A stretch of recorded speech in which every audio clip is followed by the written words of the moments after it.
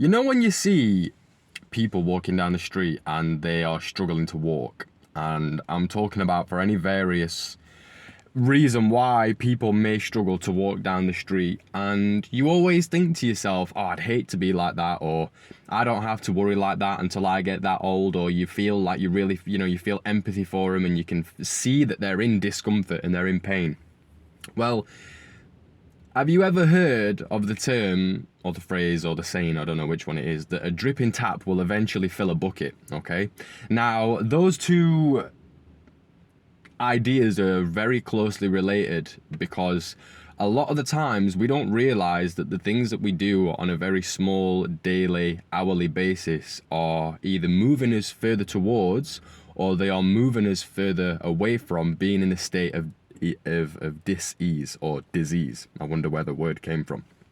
Now, what's really important to remember, okay, is that no matter where you are, if you're really, really far into pain and chronic illness, or whether you're super, super, super healthy and your organs are fine and you've got no inflammation, that there is something that you can do today and tomorrow and the day after that will keep your dripping and move you further towards the state of being in ease, all right? And that is like fasting, it's cold showers, it's eating clean, it's being grateful, it's moving your body, it's having a job that doesn't absolutely fuck your sleeping pattern up and puts you in a toxic environment. It's being aware of the things that you allow into your body, whether it's energetically, just being around bad people drains you.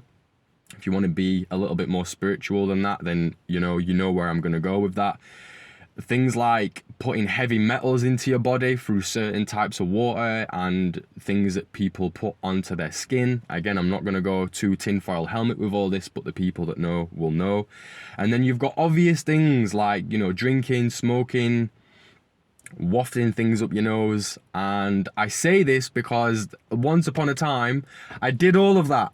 I was eating bad food, I was smoking, I was drinking, I was wafting bad things up my nose, I was putting things onto my skin that would burn a little bit, and I just thought, oh well, that's just how it is.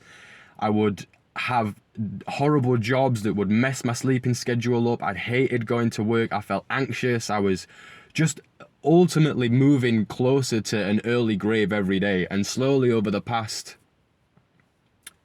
4 or 5 years, I've been making incremental changes. I've started trying this, I've tried that, I've had this idea, I've started realizing more of what type of people I want to hang around with. And ultimately what happens is, and I was talking to somebody about this today in a slightly unrelated way, but it starts letting you allow yourself to see who you are and what you want to do and what you enjoy doing and what brings you that energy and what puts you in a flow state. And ultimately that's what this life's about. It's about figuring out what you enjoy, figuring out who you want to spend your time with, what makes you feel good, what gives you energy, and then doing more of that.